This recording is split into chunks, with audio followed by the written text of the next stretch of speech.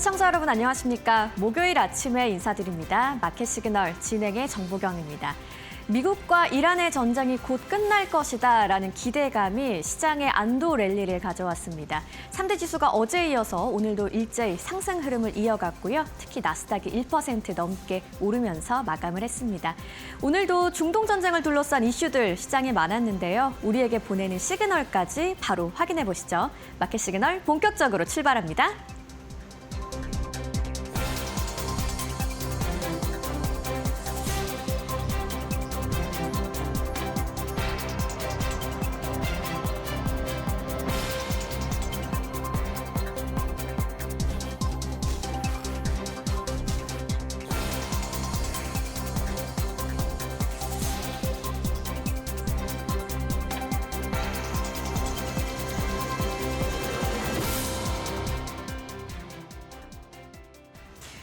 미국과 이란 전쟁, 이제는 정말 끝에 다다른 걸까요? 시장은 이 종전에 대한 기대감으로 오늘도 올랐습니다. 다우지수가 0.48% 상승, 나스닥은 1% 넘게 오르는 강세를 보였고요. S&P 500도 0.72% 오르면서 3대 지수는 모두 일제히 상승으로 마감을 했습니다. 오늘 자금의 흐름과 방향도 한번 같이 체크해 보시죠. 히트맵을 통해서 살펴보겠습니다. 상승하는 종목들이 초록색, 하락하는 종목들은 빨간색으로 표시가 되는 히트맵인데요. 오늘 상승의 본체가 되는 건 AI, 반도체, 그리고 플랫폼 이 세 가지 축의 동반 강세라고 볼 수 있겠습니다. 먼저 오늘은 대부분의 M7 종목들이 모두 올라줬습니다. 특히나 좀 상승폭이 컸던 종목들 살펴보시면 구글이 2% 넘게 올랐고요. 테슬라도 2% 넘게 올랐습니다. 오늘 반도체 섹터의 흐름도 한번 살펴보실 텐데요. 먼저 마이크론이 메모리주의 폭등을 가져왔습니다. 8% 넘게 올랐고요. 인텔도 칩 공장 인수 소식이 전해지면서 8% 넘는 강세를 보였습니다. 장비주 쪽으로도 흐름이 굉장히 좋았고요. 그리고 소프트웨어 쪽으로는 좀 흐름이 좋지 않았습니다. 마이크로소프트를 비롯해서 대부분의 종목들이 약세를 보였습니다. 금융주 쪽으로는 좀 혼조가 되는 모습이었고요. 오늘 경기 방어주 쪽으로도 다소 약한 모습 보여줬습니다. 한편 스페이스X가 상장 신청서를 보냈다는 소식에 오늘 항공주들 그리고 방산주 쪽으로도 흐름 좋았고요. 오늘 유가가 다시 한번 떨어지다 보니까 에너지 섹터 쪽으로는 약세 흐름이 나타났습니다. 좀 강하게 빨간 불을 켜고 있는 모습입니다. 오늘 자금의 흐름과 방향, 히트맵을 통해서 확인해 보셨습니다. 그렇다면 오늘 이렇게 시장을 움직인 이슈는 또 어떤 게 있었을까요? 마켓 무버 이슈로 확인해 보시죠. 오늘도 역시나 시장에 가장 크게 반응했던 건 미국-이란 전쟁의 이야기였고요. 거기에 더해서 오늘 좀 여러 가지 경제 지표까지 발표가 됐습니다. 먼저 중동 뉴스를 통해서 오늘 시장이 롤러코스터 장세를 펼쳤다는 이야기로 시작을 해보겠습니다. 휴전에 대한 기대감으로 상승 출발했다가 군사 긴장이 중단에 있었고요. 이란에서 보낸 서한으로 반등하는 이야기까지 한번 살펴보시죠. 오늘 시장의 흐름을 살펴보시면요. 크게 올라줬다가 다시 한번 쭉 빠졌다가 또 상승 반등을 시도하는 모습을 확인하실 수 있습니다. 전쟁 리스크가 완화될 거란 기대감이 있었다가 확전 우려가 다시 올라왔다가 이 이야기들이 충돌을 하면서 뉴스에 휘둘린 변동성 장이라고 보실 수 있겠습니다. 오늘 타임라인 좀 간략하게 적어봤고요. 기술주가 지수를 방어해줬고 에너지 섹터에서는 좀 지속적인 부담이 있었다는 것까지 앞서 히트맵을 통해서 확인하셨죠. 그럼 오늘 타임라인 좀 핵심을 정리해서 살펴보도록 하겠습니다. 먼저 오늘 상승 출발을 만들었던 이야기는 트럼프가 자신의 SNS 트루스 소셜에 올린 이야기였습니다. 이란이 휴전을 요청했다라면서 호르무즈 해협의 안전이 확보될 경우 이를 검토하겠다라는 입장을 내놨는데요. 지정학 리스크가 완화될 거란 기대감이 커지면서 오늘 증시가 상승 출발할 수 있었던 배경이 됐습니다. 그런데 앞서 표를 통해 보셨듯이 장중에 이 상승폭을 대부분 반납하는 이제 급락하는 일도 있었는데요. 미 국방부가 중동에 배치한 공군 A-10 공격기를 2배 증강한다는 뉴스가 나와서였습니다. 호르무즈 인근 작전 확대 가능성이 커지면서 확전 우려가 다시 한번 급부상하는 순간이었습니다. 지수의 상승폭 급격하게 축소됐고요. 여기에 추가적으로 이스라엘이 이 양국의 휴전 협상이 진전이 없다라는 보도까지 나왔습니다. 투심이 좀 크게 위축이 됐었던 일이었죠. 하지만 후반에 시장은 다시 한번 재반등에 성공을 했는데요. 이란의 대통령이 미국 국민을 대상으로 한 서한을 발표했습니다. 이 서한 속에 여러 가지 메시지가 있었지만 가장 핵심적인 건 외교적 해결을 위한 메시지가 좀 부각이 됐다는 거고요. 이에 따라서 시장이 다시 한번 반등을 했습니다. 자, 시장에 영향을 미치는 중요한 변수들 한번 살펴보시면 당연히 여전히 유가의 이야기를 빼놓을 수가 없겠습니다. 오늘도 좀 하락세가 지속이 되고 있습니다. WTI와 브렌트유 모두 하락을 했고요. 시장이 여전히 리스크 완화 쪽에 무게를 두고 있다는 걸 알 수 있겠습니다. 한편 또 시장이 주목하고 있는 건 트럼프의 입입니다. 트럼프가 이란과 관련한 대국민 연설을 하겠다고 했는데요. 우리 시간으로 오전 10시에 예정이 돼 있습니다. 저희 마켓나우 2부에서도 이 트럼프의 연설을 또 라이브로 전해드릴 예정이니까 꼭 끝까지 참고하시길 바라겠습니다. 시장은 이미 결과를 좀 선반영하고 있기 때문에 시장의 불확실성은 좀 여전히 존재하고 있다고 볼 수가 있겠고요. 결국 오늘 시장이 뉴스 한 개가 나올 때마다 방향을 계속 바꿔갔다고 볼 수 있겠습니다. 군사 뉴스가 나올 땐 하락했다가 외교 뉴스가 나오면 다시 상승하는 흐름이었는데요. 표면적으로 봤을 때는 이런 상승세가 유지되고 있지만 내부를 살펴보면 극단적인 변동성에 더해서 뉴스에 따라 움직이는 장세였다라고 볼 수 있겠습니다. 오늘 시장은 헤드라인이 움직였고요. 그 이야기는 아직 끝나지 않았습니다. 한편 이렇게 중동 리스크와 관련한 이야기들 속에서 또 경제 지표도 다양하게 발표가 됐습니다. 고용과 관련한 경제 지표 그리고 소비와 제조 이슈도 있었는데요. 먼저 민간 고용 관련해서 전쟁 중에도 크게 올라줬습니다. 시장의 예상치도 웃돌았는데 이 이야기 한번 자세하게 들여다보시죠. 미국의 3월 민간 고용 ADP가 발표를 했습니다. 6만 2천 명이 증가한 것으로 나왔는데요. 예상치였던 4만 명의 증가를 상회하는 발표치였습니다. 특히 2월 증가폭도 6만 3천 명에서 6만 6천 명으로 상향 조정이 됐습니다. 내용을 조금 더 들여다보면 보건, 교육, 건설 중심으로 증가가 있었고요. 임금의 상승도 유지가 되는 모습이었습니다. 결국 시장은 이 고용 시장의 안정적인 흐름과 경기 버팀력을 확인했는데요. 하지만 오늘 시장에 미친 영향은 다소 제한적이었다고 볼 수 있겠죠. 그 이유는 예상하시다시피 중동 뉴스가 시장을 지배했기 때문입니다.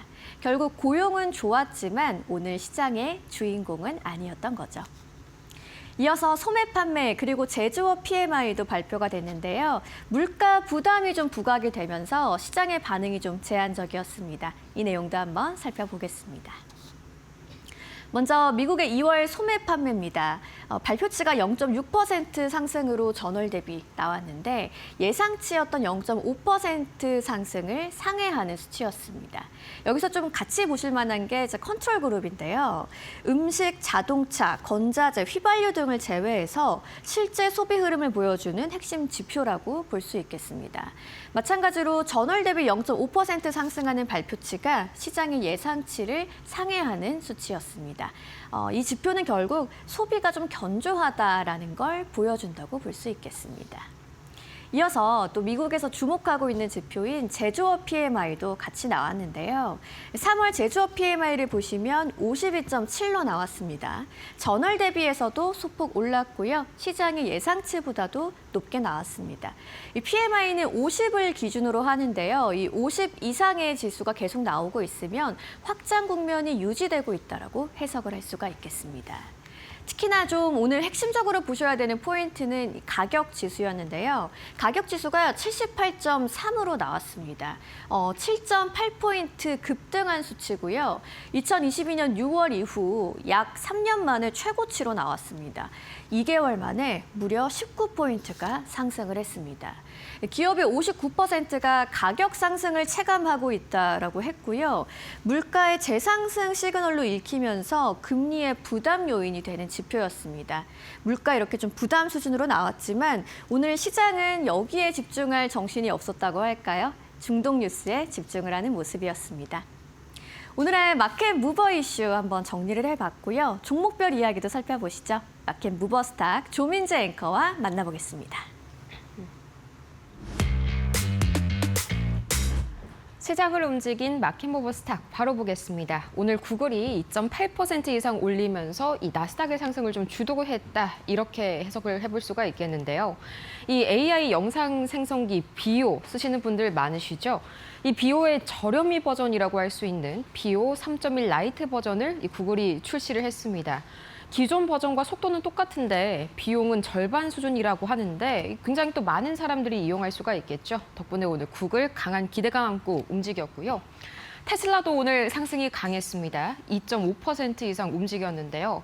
이 3월 달에 프랑스에서 차량 판매량이 전년 동기 대비해서 무려 3배나 급증했다는 소식이 상당히 많은 기대감을 불러일으켰습니다. 그동안 유럽 시장에서 워낙 부진했다 보니까 이런 소식 하나하나가 본격적인 판매 회복을 뜻하는 것 아니냐 이런 긍정적인 반응들이 많았고요. 또 밤사이에 스페이스X 관련 소식들도 대거 나왔었죠. 드디어 상장 신청서를 제출했다는 소식이 전해졌습니다. 거기에다가 이제 오는 4월 21일에 스페이스X 투자자의 날까지 개최된다는 뉴스가 나오면서 다시 한번 이 스페이스X발 기대감도 작용이 됐었던 테슬라였습니다. 다만 마이크로소프트가 M7 중에 유일하게 좀 하락하는 모습이 나왔는데요. 2029년까지 이 싱가포르의 AI 인프라를 구축하기 위해서 55억 달러, 우리 돈으로 7조 5천억 원이라는 또 어마어마한 돈을 투자하겠다고 했는데 마이크로소프트의 투자 소식 한두 번이 아니죠. 그동안 너무나 많은 투자를 해온 탓에 이 시장의 반응은 썩 긍정적이지만은 않았습니다. 이 종합을 해보자면 이 마이크로소프트를 제외한다면 나머지 M7 전 종목이 일제히 강세를 좀 보였다는 점에서 전쟁 소강 국면에 따른 빅테크 투심 회복이 계속적으로 좀 지속이 되고 있다. 긍정적인 국면 이어가고 있다라고 정리해 볼 수 있겠습니다. 또 오늘 반도체 단도 굉장히 좋았었는데요. 엔비디아가 0.7% 올랐습니다. 이 캔터 피츠제럴드가 투자 의견 아웃퍼폼을 유지했는데 이번에 마벨과 손을 잡으면서 이 다양한 고객사들을 좀 포섭할 수 있게 된 엔비디아였죠. 여기에 대한 굉장히 긍정적인 리포트가 발간이 되면서 시장에 이목이 집중이 됐었고요. 또 간밤에 메모리주들이 8%에서 10% 가까이 굉장히 급등했었죠. 마이크론도 8% 이상 올랐는데요. 마찬가지로 캔터 피츠제럴드가 이 마이크론을 최선호주로 제시하고 목표 주가를 $700로 유지하겠다. 이 리포트가 나오면서 메모리주 전반이 강하게 움직였습니다. 아직까지도 마이크론의 주가가 90% 이상의 상승 여력을 가지고 있다고 본 거죠. 두 가지 이유가 있었는데요. 첫 번째로는 이란 전쟁의 여파로 한국 내, 우리나라 내 에너지 비용이 상승하면서 마이크론이 다른 한국 경쟁사들에 비해서는 좀 유리한 위치에 있다. 이거는 우리 기업들에게는 좀 마이너스가 될 만한 이슈가 되겠고요. 두 번째가 중요합니다. 이 터보컨트 기술이 더 이상 위협이 아니라 오히려 메모리 수요를 늘려줄 것이다. 초반부터 나온 이야기긴 했지만 이걸 다시 한번 좀 강조하는 리포트가 나왔습니다. 덕분에 오늘 메모리주들 강하게 올라섰고요. 인텔은 개별주 이슈가 하나 있었는데요. 이 아폴로 글로벌에 매각했었던 아일랜드 공장 지분의 절반을 다시 한번 재매입했다라는 소식이 굉장히 긍정적으로 작용이 됐습니다. 덕분에 장중에는 거의 10% 가까이 올랐었는데 이 자금난 당시에 팔았었던 자산을 다시 한번 좀 사들였다는 점에서 시장에서는 인텔이 상당히 좀 재무적으로 회복이 됐나 보네 이렇게 해석을 한 것이죠. 이번 매입 사건이 어찌 보면 인텔의 좀 부활의 신호탄으로 해석이 될 수가 있겠습니다. 이 종합을 해보자면 메모리주에서 기본적으로 터보컨트의 충격이 가시면서 반도체 단이 일제히 반등했다. 이 터보컨트도 어쩌면 딥시코와 비슷하게 잠깐의 해프닝으로 끝났을 수가 있겠다. 드디어 좀 이런 해석이 나오고 있는 시장입니다. 이어서 이제 전쟁 관련 이슈들이 좀 진정이 되다 보니까 개별주 이슈들도 강하게 좀 반응이 되고 있는데요. 일라일릴리가 3.74% 상승했습니다. 이 미국의 FDA가 일라일릴리의 경구용 비만 치료제, 쉽게 말해서 먹는 마운자로를 승인했습니다. 이제 찌르는 주사제에서 먹는 알약으로 좀 제형이 바뀐다면 당연히 소비자 입장에서는 접근성이 높아지겠죠. 이 매출에 대한 기대감이 높아진 일라일릴리고요. 나이키는요, 어제 장마감 후에 실적 발표를 했는데 상당히 급락세가 연출이 됐습니다. 이번 분기, 그러니까 2분기에 실적 부진 우려가 나오면서 이 여러 증권사들로부터 투자 의견 하향, 이 리포트가 쏟아졌기 때문인데요. 여러 가지 이유가 있었습니다. 이 중국 시장 판매량도 부진했고요. 관세 부담도 상당한 편이고, 여기에다가 또 이제 이란 전쟁의 여파로 재고까지 쌓이면서 전방위적인 악재들이 있었던 나이키였다, 이렇게 보시면 되겠습니다. 반면에 이란 전쟁으로 인해서 마찬가지로 좀 급락했었던 뉴몬트, 이런 광산주들은 동반 강세를 보였었는데요. 이 전쟁이 좀 진정되다 보니까 금 가격도 전쟁 이후 최고 수준까지 반등이 나왔습니다. 덕분에 광산주들도 동반 강세를 보였습니다. 아직까지는 이란 전쟁의 이런 어떤 영향들을 받아가고 있는 개별주들이지만 오늘은 모처럼 개개별의 이 호재와 악재도 충분히 반영이 됐던 시장이었습니다. 다시 한번 정상화 흐름이 이어지고 있는 것이죠. 다시 한번 살펴보겠습니다. 국제유가는 이제 진정세 국면으로 접어들고 있는데요. 우리 시각으로 오늘 오전 10시에 있을 이 트럼프 대통령의 전쟁 관련 연설을 기다리면서 조금 소폭 하락하는 움직임이 나타나고 있습니다. 다만 원달러 환율에서는 아직까지는 이 관망세가 조금 더 강하게 작용되는 모습, 8원 가까이 좀 되돌림 나와주고 있고요. 이 유가는 하락했습니다만 각종 경제 지표들이 좀 견조하게 나오면서 국채 금리는 소폭이나마 좀 끌어올려졌습니다. 이 비트코인과 금 같은 경우에는 다시 한번 전쟁이 좀 진정되는 국면에 접어들면서 회복세를 보이고 있는 모습 마찬가지로 이어지고 있습니다. 지금까지 뉴욕 증시 마감 상황 봤습니다.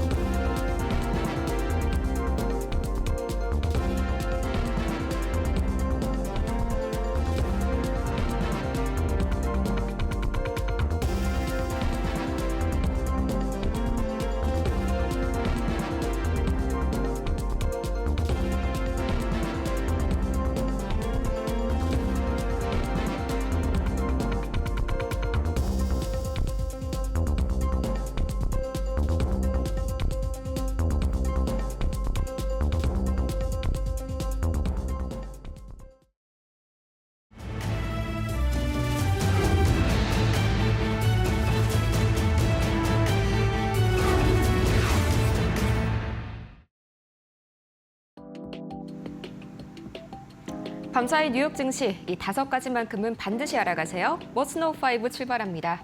오늘 뉴욕 증시 3대 지수가 계속해서 좀 상승세를 이어가긴 했지만 제 나름대로는 조금 아쉬웠었는데요. 이 상승폭을 장 후반 들어서 좀 일부 반납하는 모습이 나왔었죠. 다른 게 아니라요. 저희 지금 자막으로도 나가고 있지만 잠시 후에 오전 10시에 있을 이 트럼프 대통령의 대국민 연설을 좀 관망하면서 지금 이 시각 코스피 야간 선물도 상승분을 조금 줄여내고 있습니다. 이 밤사이에 나왔던 소식들까지 함께 만나보시죠. 뉴욕 증시 3대 지수가 이란 전쟁 종식에 대한 기대감이 반영되면서 일제히 상승 마감했습니다. 트럼프 대통령은 SNS를 통해 이란 측으로부터 휴전 요청을 받았다면서 호르무즈 해협의 안전이 확보될 경우 이를 검토하겠다고 밝혔습니다. 특히 우리 시간으로 오늘 오전 10시 트럼프 대통령의 대국민 연설이 예정되어 있는데요. 블룸버그 통신은 트럼프 대통령이 이번 연설에서 이란 작전의 성공을 강조하고 2, 3주 내에 철수 계획을 재확인할 것이라고 보도했습니다. 다만 협상이 긍정적이지 않다는 이스라엘 측의 반박 보도가 나오면서 장 막판 상승폭은 일부 제한됐는데요. 시장 전체에 관망세가 짙어진 가운데 국제유가는 전날보다 1%대 내린 배럴당 100달러 선을 유지하면서 하락세를 이어갔습니다. 이렇게 유가 관련해서는 여러 가지 노이즈가 많았던 시장이었지만 결과적으로는 시장이 환호하는 분위기를 이어갔었죠. 실제로 경기 침체 우려가 크게 줄어들었는데요. 지난달까지만 하더라도 시장이 올해 경기 침체가 발생할 우려를 40%에 가깝게 봤습니다만 지금 이 시각 보면 26%까지 낮아졌습니다. 그 이유 바로 매크로 지표에 달려 있습니다. 뉴욕 증시 3대 지수가 미국의 탄탄한 경제 지표에 힘입어 일제히 상승했습니다. 먼저 2월 소매 판매가 전월비 0.6% 상승하면서 예상치를 웃돌았는데요. 비록 전쟁 영향이 반영되기 이전 수치긴 하지만 전쟁 전까지는 소비 심리가 견고했음이 확인됐습니다. 고용 시장도 탄탄했는데요. 이란 전쟁이 발생한 직후인 3월, 이 민간 고용은 6만 3천 명 증가하면서 2025년 11월 이후 가장 큰 폭의 성장을 기록했습니다. 넬라 리처드슨 ADP 수석 이코노미스트는 전체 고용이 안정적이고 헬스케어 등 특정 산업 중심의 증가세가 이어지고 있다고 긍정적인 분석을 내놨습니다. 또 3월 제조업 경기 역시 52.7로 전월보다 상승하면서 확장세를 이어갔는데요. 다만 가격 지수만큼은 2년 9개월 만에 최고치를 기록해서 아직까지는 인플레이션 우려가 남아있다는 점이 다소 경계감을 안겼습니다.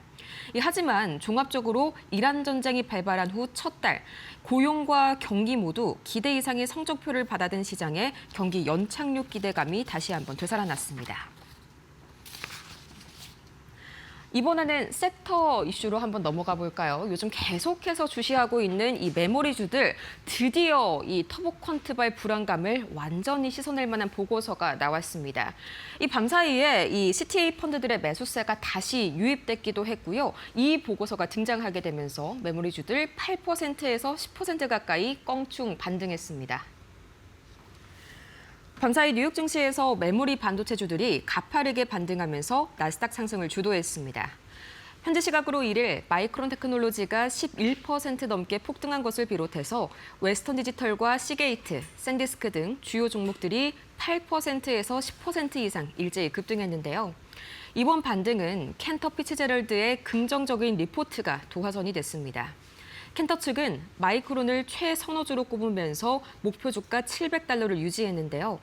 특히 중동 전쟁의 여파로 한국 경쟁사들이 에너지 비용 상승 등 어려움을 겪는 사이에 마이크론이 상대적으로 유리한 고지에 서게 됐다고 분석했습니다.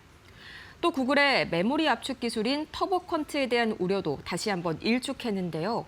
효율이 높아지면 오히려 수요가 폭증한다는 제번스 역설을 근거로 기술 발전이 메모리 업계의 위협이 아닌 커다란 기회가 될 것이라고 진단했습니다.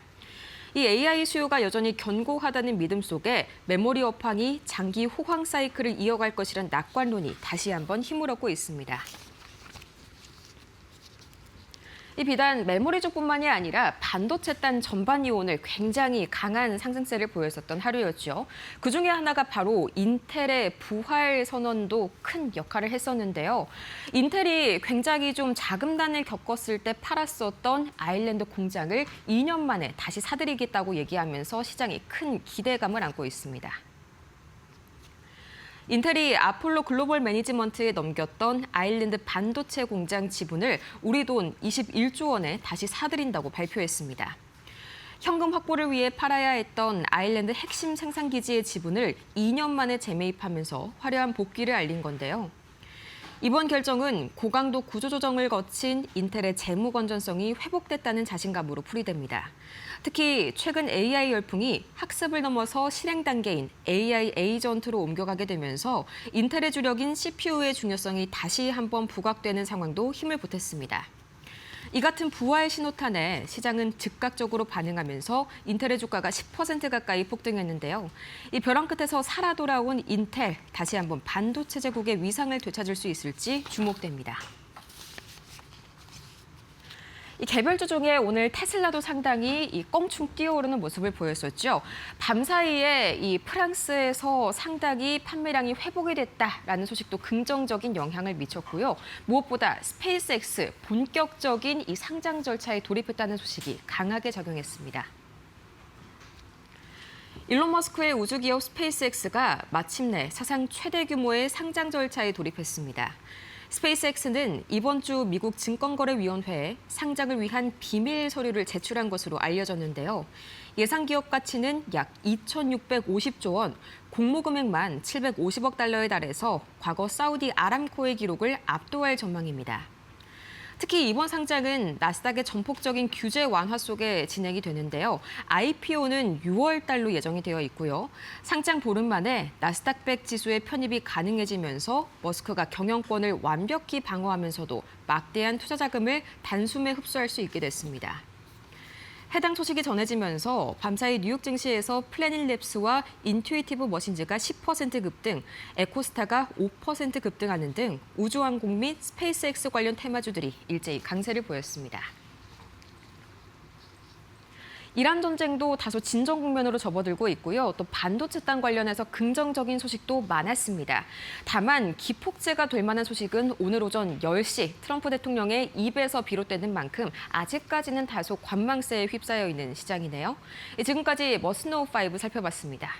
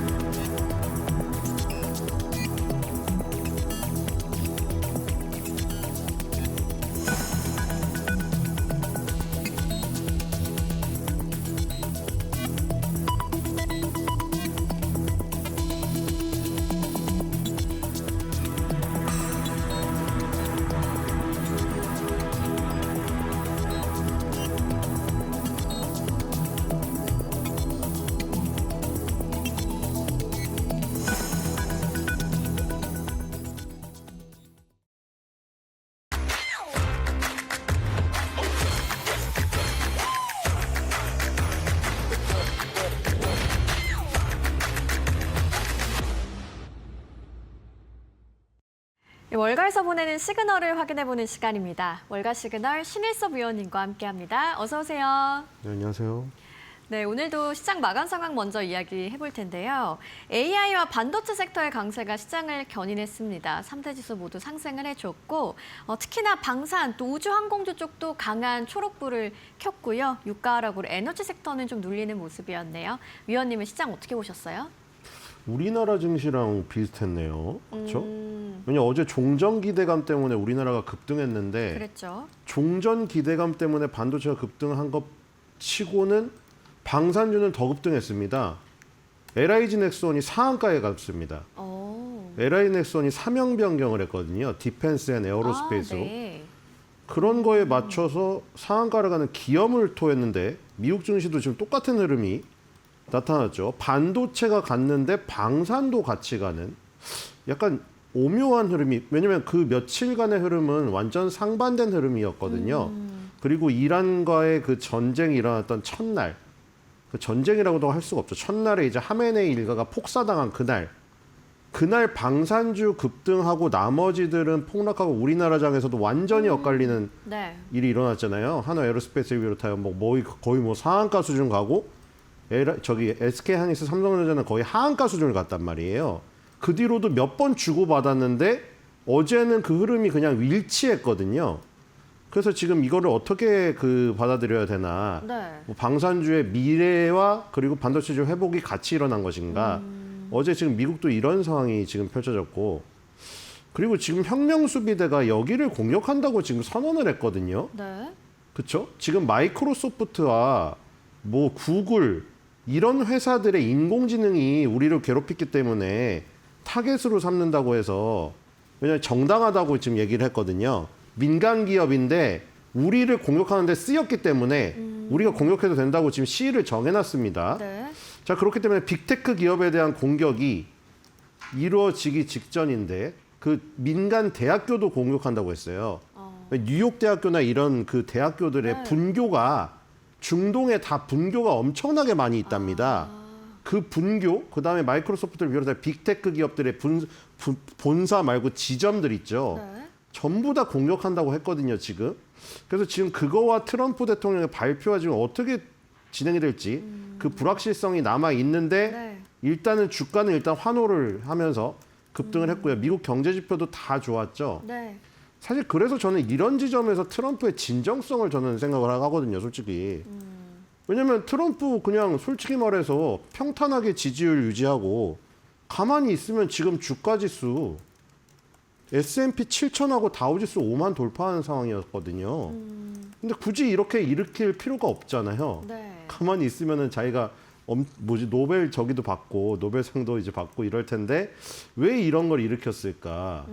그래서 저는 오히려 진정성을 생각을 하고 있는데 어쨌든 오늘 발표가 네. 마무리를 지을 발표일지 아니면 또 깜짝 무슨 또 공습 발표일지 그거는 모르겠어요. 네. 그래서 어쨌든 간에 빅테크 기업들이 좋았고 방산도 같이 좋았고 특히 빅테크 기업 중에서도 메모리 반도체 쪽이 특히 강했죠. 마이크로소프트랑 오라클은 약세를 보였습니다. 엔비디아, 애플도 그냥 살짝 강보합이었고요. 아마 그 공습에 대한 부분도 조금 작용을 하지 않았나 이런 생각도 들긴 합니다. 네. 그리고 소프트웨어 기업들의 약세도 계속됐고요. 맞습니다. 근데 마이크론 테크놀로지와 샌디스크가 엄청나게 강하게 올라 버렸습니다. 샌디스크 9%에 마이크론 테크놀로지 거의 9% 올랐기 맞습니다. 때문에 네. 우리나라 메모리 반도체 업체들에게는 굉장히 지금 좋은 네. 상황이 아닌가 이런 생각이 듭니다. 네, 일단 시장은 종전에 대한 기대감 쪽으로 좀 기운 모습이고요. 경제 지표도 말씀하신 것처럼 잘 나왔습니다. 아직 불확실성이 남아있는 상황에서 잠시 오전 10시에 트럼프의 입을 저희 이데일리 TV와 함께 또 주목해 보시죠. 그럼 오늘의 월가 시그널 키워드를 바로 만나보겠습니다.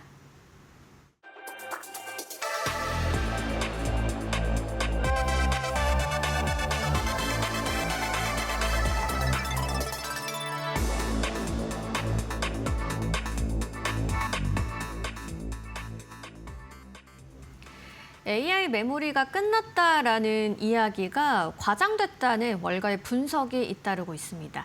AI 메모리 수요는 건재하고 오히려 더 크게 갈 수 있다는 신호도 나오고 있는데요. 오늘의 첫 번째 시그널 키워드 터보 퀀트 쇼크 과장됐다라고 준비를 해주셨습니다. 이 이야기 한번 또 해보죠.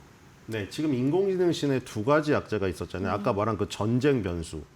전쟁 변수는 이 업체들이 뭐 어떻게 할 수가 없잖아요. 뭐 구글이 계속 뭐 발전된 걸 내놓는다고 해도 그렇죠. 전쟁이 터져버리면 뭐 구글이 네. 어떻게 막겠습니까? 그게 하나가 있는 것이고 그다음에 이제 이 구글의 터보 퀀트 때문에 이 뭐 메모리 반도체 쪽이 이제 뭐 악영향을 받는다 이게 또 있었거든요. 터보 퀀트가 나왔는데 이게 이제 우리는 굉장히 쉽게 뭐 요즘에 그냥 어린 아이들도 그러니까 이게 점점 진화되고 있는데 저희 땐 검색을 네이버에서 했습니다. 네. 근데 그 다음 세대가 유튜브에서 검색을 했거든요. 근데 요즘에 태어난 애들이나 초등학교 저학년들 있죠. 네. 여기는 유튜브도 아니고 이제 LLM에서 검색을 합니다. 네. 네. 그러니까 이제 검색을 하는 것 자체가 달라져 버리니까 생태계가 거기서 시작이 되는 거예요. 근데 이제 거기서 이제 그럼 어린아이들부터 이제 또 초록창을 쓰던 사람들 저도 다 LLM에서 하잖아요.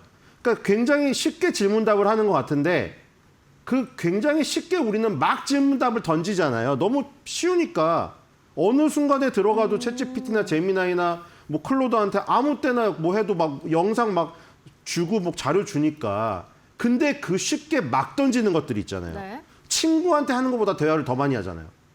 그렇게 하는 와중에 계속 KV 캐시라는 게 쌓인답니다. 아. 마치 이에 플러그가 끼듯이 계속 네. 그게 쌓이기 때문에 그 쌓이는 막대한 정보 데이터를 네. 쌓으려면은 엄청난 메모리 반도체가 소모가 되는데 그 소모되는 케이브 캐시 그거를 획기적으로 줄여주는 기술이 구글의 터보 퀀트라는 것이죠. 네. 그렇기 때문에 어느 정도냐면은 LLM 메모리가 최대 83% 감소할 수도 있다. 물론 이건 지금 이론으로 나온 겁니다.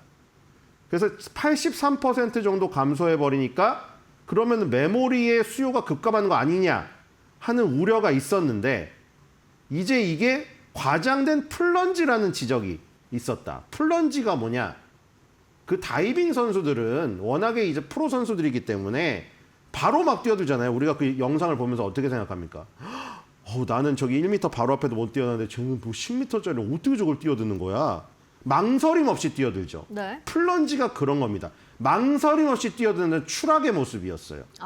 그러니까 전문가들이 보기에는 이거는 너무 과장된 플런지다. 그러니까 네. 아무 무슨 따지는 것도 없이 그냥 터보컨트가 나왔다고 하니까 그냥 겁에 질려가지고 다 다이빙하듯이 주가가 다 폭락해 버리니까 이성을 찾고 보니까 그 정도는 아닌데 이러다 보니까 반등이 있었고 거기서 더 나가서 어제는 이제 완전 만회하는 반등이 나왔거든요. 네. 그거는 이제 제번스의 역설이 또 적용이 됐다. 네. 이게 뭐냐면 처음에는 이제 효율성을 강조하다 보니 아까 말한 대로 메모리 반도체가 적게 들겠네.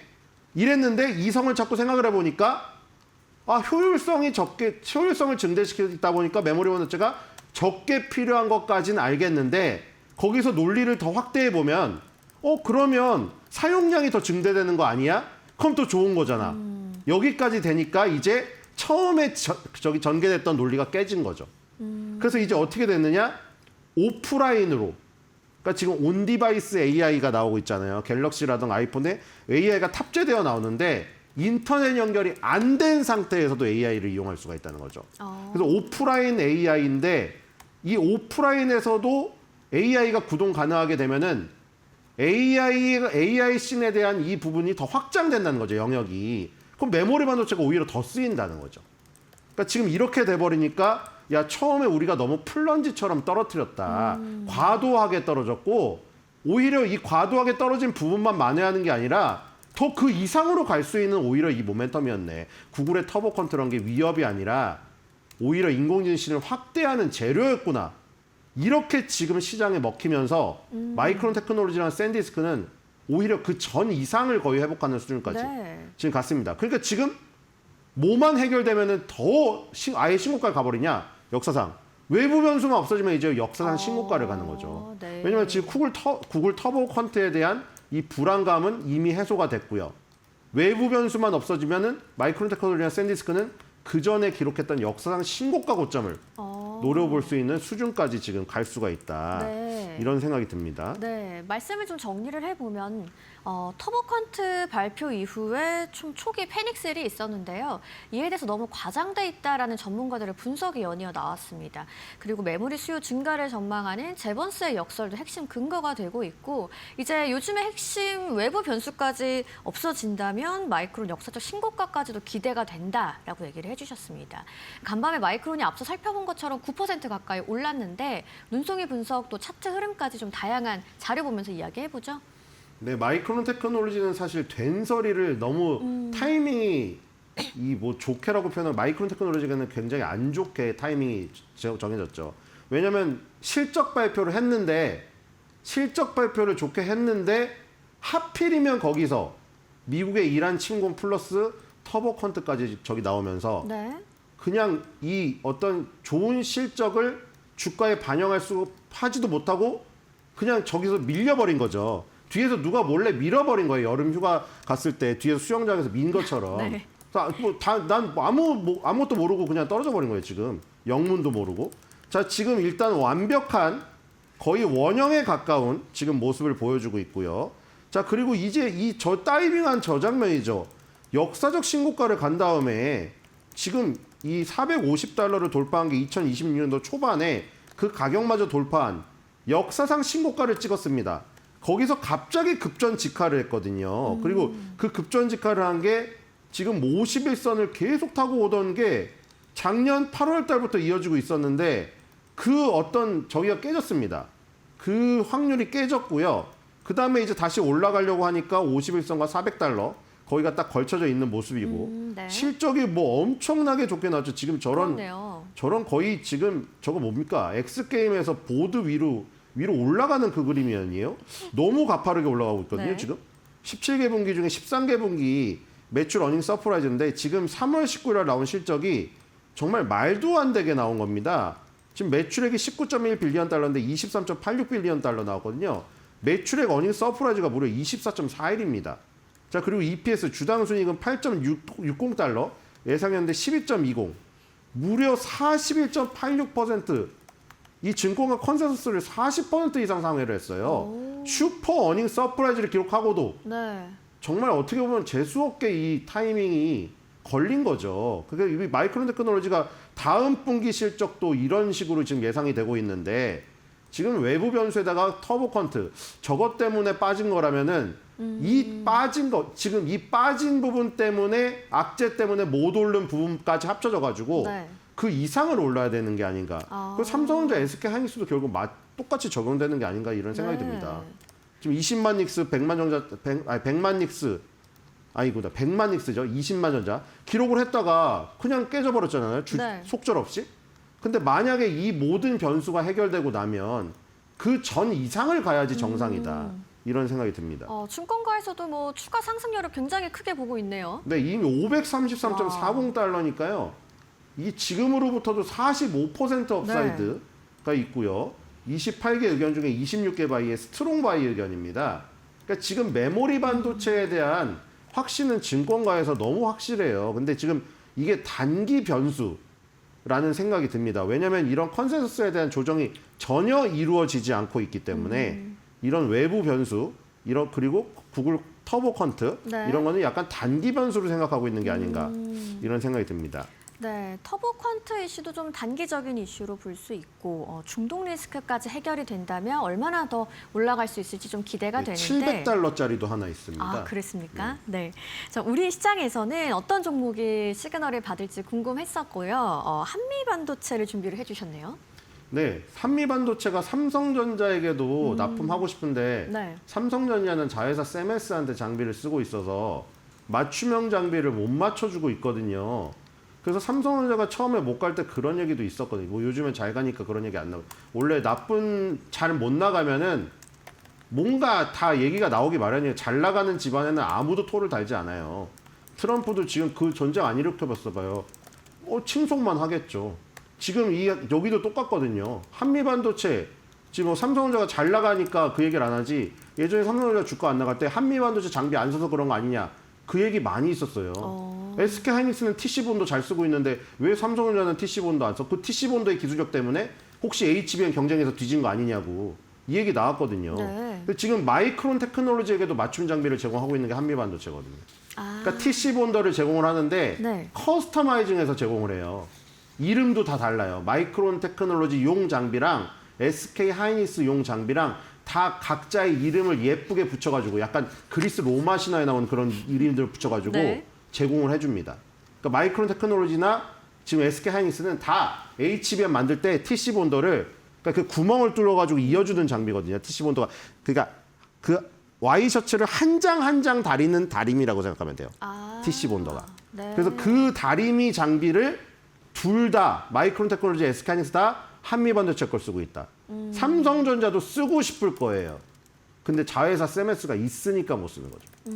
그렇기 때문에 만약에 삼성전자도 세메스가 없었으면 한미 반도체 걸 썼을 것이다. 그러니까 지금 세계 최고의 전장에서 겨루는 장수가 전부 들고 싶은 무기가 이 한미 반도체의 무기인 것입니다. 알겠습니다. 간밤 미국 시장에서 마이크론을 비롯한 반도체 섹터의 강세가 워낙 눈에 띄었습니다. 오늘 우리 시장에도 좋은 흐름으로 이어질지 개장 앞두고 좀 기대가 되는데요. 오늘 한미 반도체 움직임도 함께 주목해 보시죠. 이어서 월가 시그널 두 번째 키워드 바로 만나보겠습니다.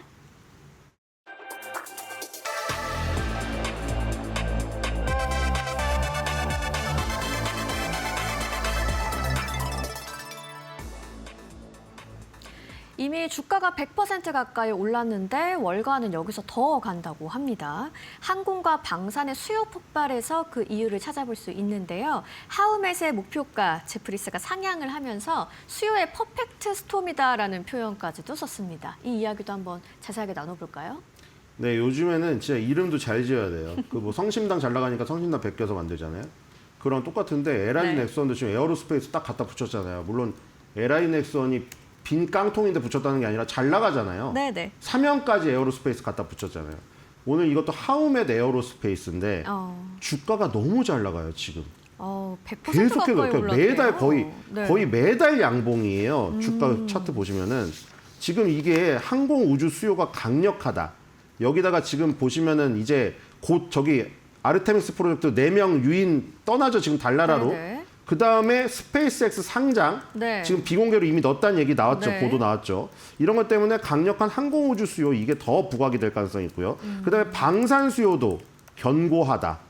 이 지금 그 LI 넥스원도 마찬가지인데 방산 항공우주를 다 가져가겠다는 거를 사명에 담겠다고 해서 그렇게 바꾼 거거든요. 이 모델이 바로 하우멧 에어로스페이스도 모델이 똑같아요. 자, 그래서 지금 IBC 캐피털, 제프리스 파이낸셜, 모건 스탠리 전부 다 투자 의견 매수 유지하면서 목표 주가를 전부 상향을 했습니다. 네. 제프리스에서 나온 이 워딩을 보면은 수요의 퍼펙트 스톰이라고까지 표현을 그 정도로 퍼펙트 스톰 정도의 수요라고 지금 표현을 했고요. 그래서 가이던스도 지금 더 올라갔습니다. 2030년까지 상용 항공기 인도량 9% 증가에 얘는 또 뭐가 있냐면 가스 터빈까지 있네요. 여러분들 GE 버노바라는 종목 제가 많이 말씀드렸잖아요. 그게 지금 네. 가스 터빈으로 대박이 난 거거든요. 당장 태양광 풍력으로 하는 게 부족하니까 지금 당장 가스 터빈으로 전기를 계속 그 데이터 센터 수급을 저기로 공급을 하고 있는 거예요. 그 산업용 가스터빈 매출이 5년 내 2배 이상 증가해서 2025년에 약 10억 달러 도달할 것이다. 네. 이미 주가가 1년 동안 98% 상승한 상태입니다. 그래서 지금 굉장히 강력한 지금 모습을 보여주고 있는 네. 주식입니다. 맞습니다. 말씀하신 것처럼 이 강력한 항공우주 수요가 뭐 아르테미스, 스페이스X 등 다양한 이슈로 더 부각을 받고 있는데요. 투자자 프레젠테이션 이후에 낙관론이 확산되고 있는 하우멧 에어로스페이스였습니다.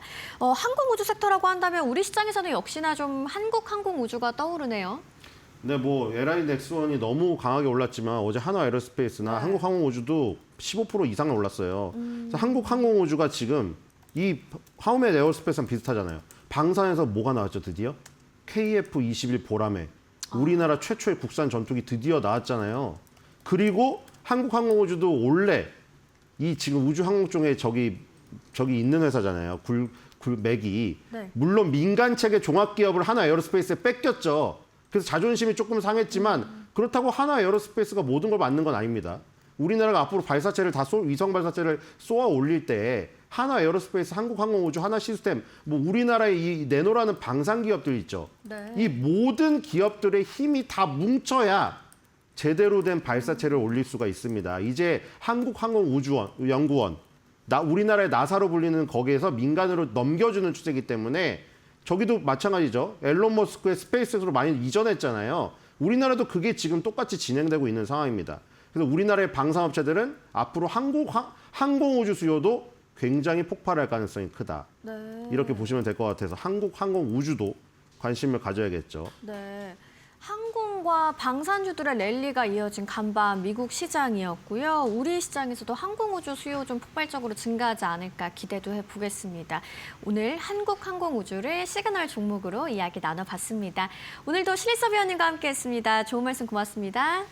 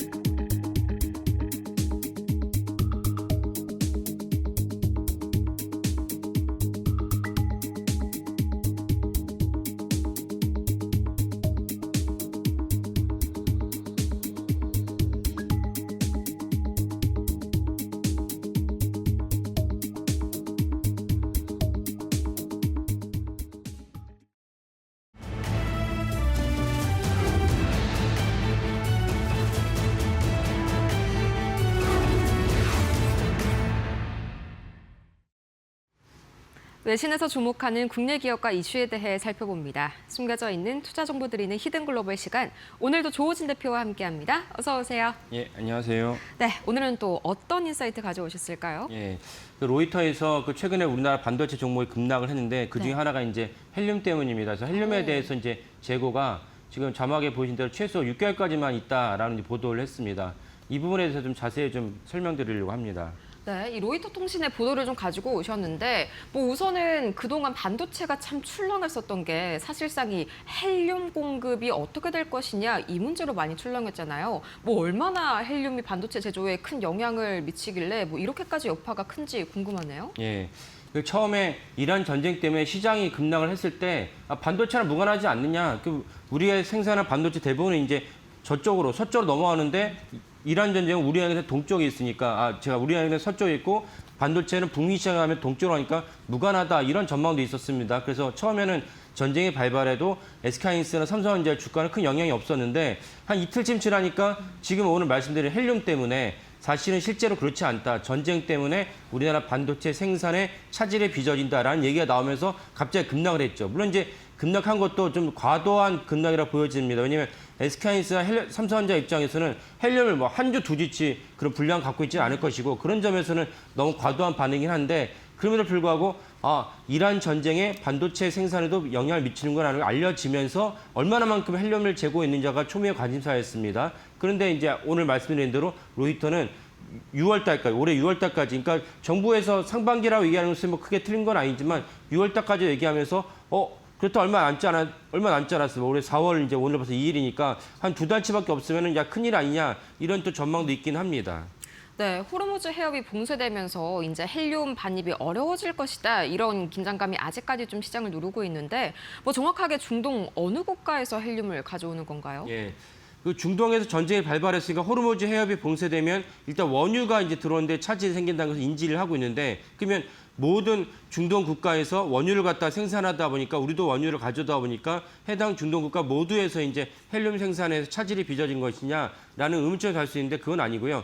헬륨 생산이 어떻게 이루어진 거냐면 LNG를 갖다가 실제로 생산을 하면서 LNG 가스를 갖다가 그 소비자에게 원하는 방식으로 공정을 바꾸면서 그때 부산물로 이제 헬륨이 생깁니다. 그래서 그 LNG 최대 수입처는 이제 카타르 아니겠습니까? 우리나라도 카타르에서 LNG 수입을 하면서 동시에 반도체 기업인 삼성전자나 SK하이닉스도 카타르에서 헬륨을 가져옵니다. 그러다 보니까 이제 카타르가 전쟁에 휘말리면서 이란이 카타르에 미군 기지가 있죠. 그러다 보니까 처음에 미군 기지만 공격을 했다가 카타르의 LNG 공장을 갖다가 포격을 했습니다. 그래서 이제 헬륨을 갖다가 들어온 것이 차질이 빚어졌고 우리나라 전체적으로는 한 60% 정도의 헬륨을 갖다가 카타르에서 가져오는데 그러다 보니까 오늘 같은 문제가 제기가 됐고 그 제기된 것이 때문에 주가가 이제 출렁거렸습니다.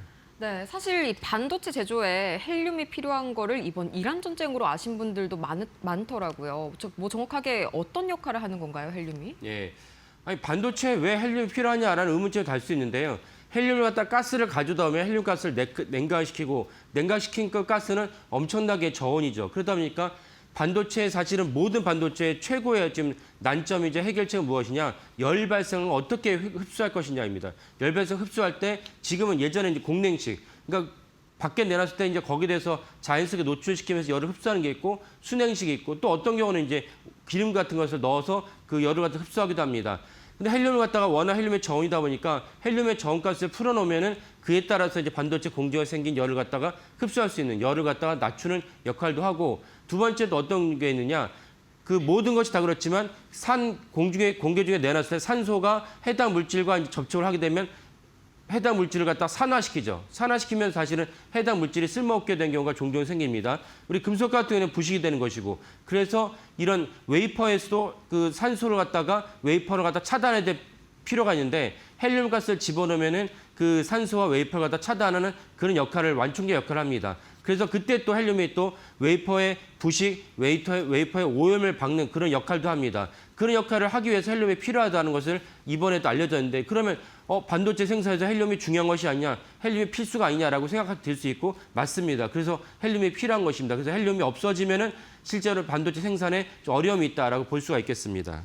네, 생각보다 헬륨이 굉장히 좀 중추적인 역할을 하는 재료네요. 근데 만약에 진짜로 이제 6월 때까지밖에 재고가 없다면은 그 이후부터는 좀 생산 대란이 일어날 수 있는 거 아닌가요? 예, 그렇죠. 근데 제가 취재한 바로는 헬륨 재고가 이제 6월 달까지 있다는 것은 로이터의 보도이고 제가 취재한 바로는 6월이 아니고 전쟁이 발발한 게 3월 아닙니까? 그래서 각사는 SK하이닉스나 삼성전자는 6개월치 분량 갖고 있다. 그럼 9월 달까지 갖고 있으니까 그렇다면 사실은 이제 9월 이전은 전쟁이 끝날 것이고 그리고 뭐 오늘도 많은 분들 아시겠지만 오늘 우리 시간으로 밤 10시에 트럼프 대통령이 이란 전쟁에 관련해서 중요한 뉴스를 이제 보도한다고 했으니까 뭔가 종전이 돼서 좀 더 당겨지지 않을까라는 전망이 있을 수 있습니다. 그런 것들을 본다면 헬륨 때문에 반도체 시장에서 뭔가 차질이 빚어질 거라는 너무 이제 과도한 기우다라고 볼 수가 있겠습니다. 네, 한 가지 좀 정정을 드리겠습니다. 이제 우리 시각으로 오전 10시, 그러니까 잠시 후죠. 약 한 3시간 남았는데요. 잠시 후에 트럼프 대통령의 이란 전쟁 연설이 있을 예정이라는 점 좀 참고를 해보시면 좋을 것 같고요.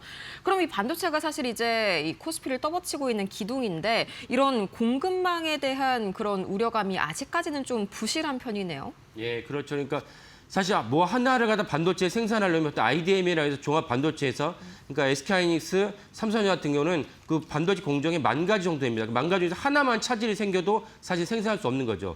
기억하시는 분도 계시지만 그때 문재인 정부 시절에 일본이랑 관계가 악화되면서 일본 정부가 딱 7가지만 이제 우리나라 반출을 금지해버려가지고 뭐 난리가 났었습니다. 동일한 일들이 사실은 우리에게 발생할 수 있고 우리처럼 수출 주도형 국가에서 또 사실은 부전자원이 없는 우리나라 입장에서는 어떠한 공정에 필요한 원자재를 갖다가 하나의 국가에서만 가져오다 보면은 사실 이런 일이 생길 수 있다. 그래서 정부랑 각 개별 기업에서는 해당 공정에 필요한 물질을 갖다가 다변화해서 공정을 갖다가 그 공급망을 갖다가 구축하는 것이 필요하다라고 여겨집니다. 이번 헬륨 같은 경우도 사실 카타르에서 60% 가져오지만 또 미국이나 러시아에서도 헬륨을 가져올 수 있습니다. 이런 식으로 공급망을 다변화하지 않으면 이런 충격에 대해서 우리가 속수무책을 당할 수밖에 없는 그런 성경이다라는 것도 말씀드리겠습니다.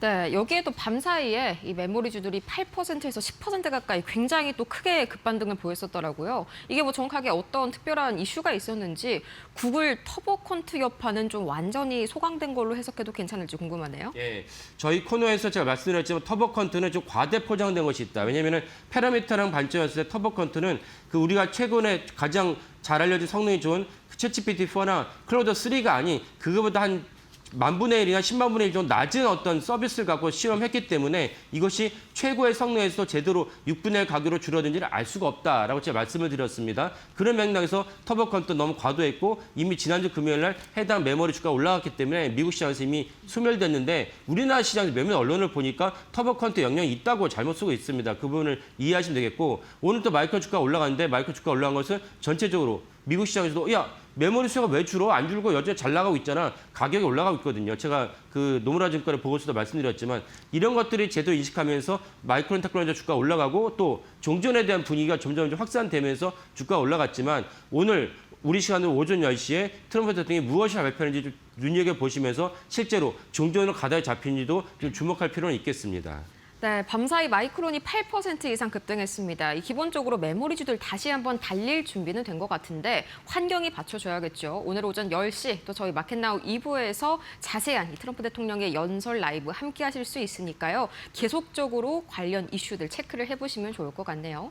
이어서 두 번째 이슈 바로 만나보도록 할까요? 두 번째 인사이트 어디에서 가져오셨나요? 예, 유럽의 해운 전문 기사 그 매체인데 트레이드 밀즈라고 있습니다. 트레이드 네. 밀즈가 HD 현대중공업이 수주했다는 사실을 갖다 보도를 했습니다. 그래서 이 부분을 좀 자세히 좀 말씀드리려고 합니다. 필리핀에서 유조선을 2척 수주했다. 좀 자세한 이야기가 나오고 있는데 뭐 발주처가 확인이 됐나요? 어디에서 사간다고 하던가요? 예. 보통 우리나라 공시를 보면 발주자가 확인이 안 되거든요. 무슨 그쵸. 오세아니아 선사, 뭐 아프리카 선사 이렇게 나오는데 이런 선사들은 실제적으로 오세아니아 있는 경우는 드물고 하나의 페이퍼 컴퍼니인데 페이퍼 컴퍼니 어쨌건 공식적인 계약상으로 오세아니아 선사기 때문에 그렇게 많은 오세아니아가 우리나라의 삼성전자공업, LG현대중공업 등의 이제 하나오션대 발주했다 이렇게 보시면 되겠고 이번에 트레이드 밀즈는 발주처가 확인이 됐는데 그 그리스의 이제 그 델리 해운사라고 나왔습니다. 네. 근데 또 하나 이제 특이한 점 무엇이냐면 이 2,300억 정도의 유조선 두 척을 갖다 어디서 만드느냐, 이번에 발주한 데가 그 어디서 건조하느냐 본다면은 우리나라가 아니고 사실은 필리핀 수빅 조선소에서 건조한다고 나와 있습니다. 이 부분이 더 눈여겨볼 대목이라 여겨집니다.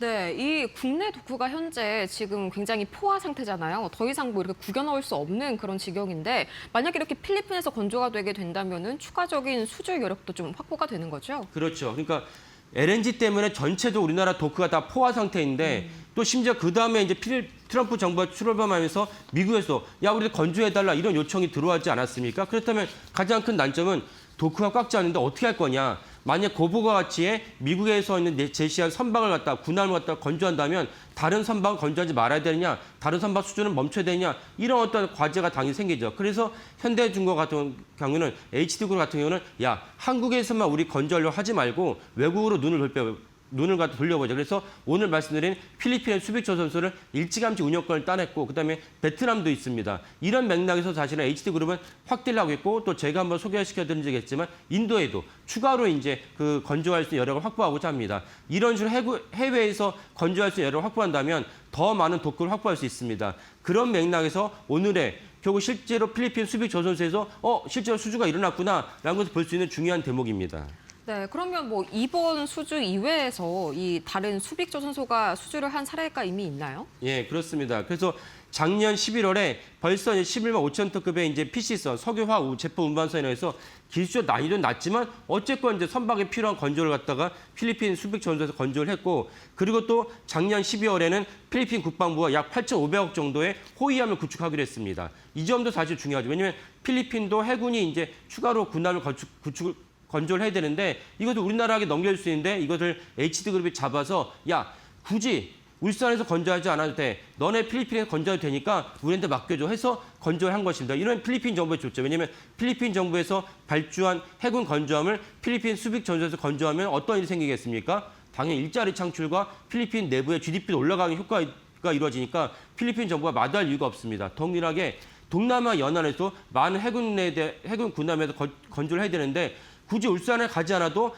필리핀 수빅 전소에서 건조를 한다면 동남아 인근에서도 큰 어떤 장점이 생깁니다. 그래서 이번에 수빅 조선소에서 델리 해운사에서 유조선 두 척을 건조했다는 것은 큰 계기가 된다 보여집니다. 네, 또 이 수빅 조선소가 이 위치상으로 좀 미군 기지 인근에 있는 걸로 알고 있는데요. 그러면 미국 해군의 이 유지보수라고 하죠. MRO 하기에도 상당히 좀 용이할 것 같네요. 예, 이 수빅 조선소의 그 역사를 잠깐 말씀드린다면은 원래 한진중공업 아시죠? 한진건설도 있기 때문에 한진중공업이 원래 수빅 조선소에서 건조를 하고 있었습니다. 그러다가 여러 가지 상황이 안 좋아서 한진중공업 자체의 경영권이 다른 회사가 넘어갔고 그래서 이제 수빅조선소가 사실은 놀고 있는 상황에서 HD그룹이 들어가서 수빅조선소의 경영권을 따냈습니다. 이런 맥락에서 수빅조선소를 빨리 정상화시키는 데 유리했다 볼 수가 있고 그리고 좀 전에 들으신 대로 수빅조선소 하면 필리핀에 있는 미군 해군 기지가 있던 곳입니다. 그러다 보니까 미국 해군에 우리가 트럼프 정부에 들어서서 미군의 해군의 MRO 사업을 갖다가 눈여겨보지 않습니까? 그래서 수빅 전소소를 거점으로 해서 미국 해군의 MRO 사업을 갖다 수주하기도 편하다라고 볼 수 있습니다. 그래서 이미 벌써 MRO 사업을 성공적으로 작년 8월에 수주를 했고 올해 1월에도 동일하게 수주 사업을 성공했습니다. 이렇기 때문에 수빅 조선소, 필리핀 수빅 조선소가 HD그룹에 중요하고 우리나라 전체적으로 조선 산업에 중요하다라고 말씀드리겠습니다. 네, 수빅 조선소를 통해서 다시 한번 이 포화된 국내 도크에 대한 새로운 돌파구를 찾은 K조선입니다. 앞으로도 추가적인 수주 모멘텀이 발생하기를 한번 간절하게 바라보도록 하겠고요. 이렇게 해서 오늘 조호진 타키온 대표와 함께 밤사이 전해진 투자 인사이트들 자세하게 분석해봤습니다. 오늘도 좋은 말씀 고맙습니다. 예, 감사합니다.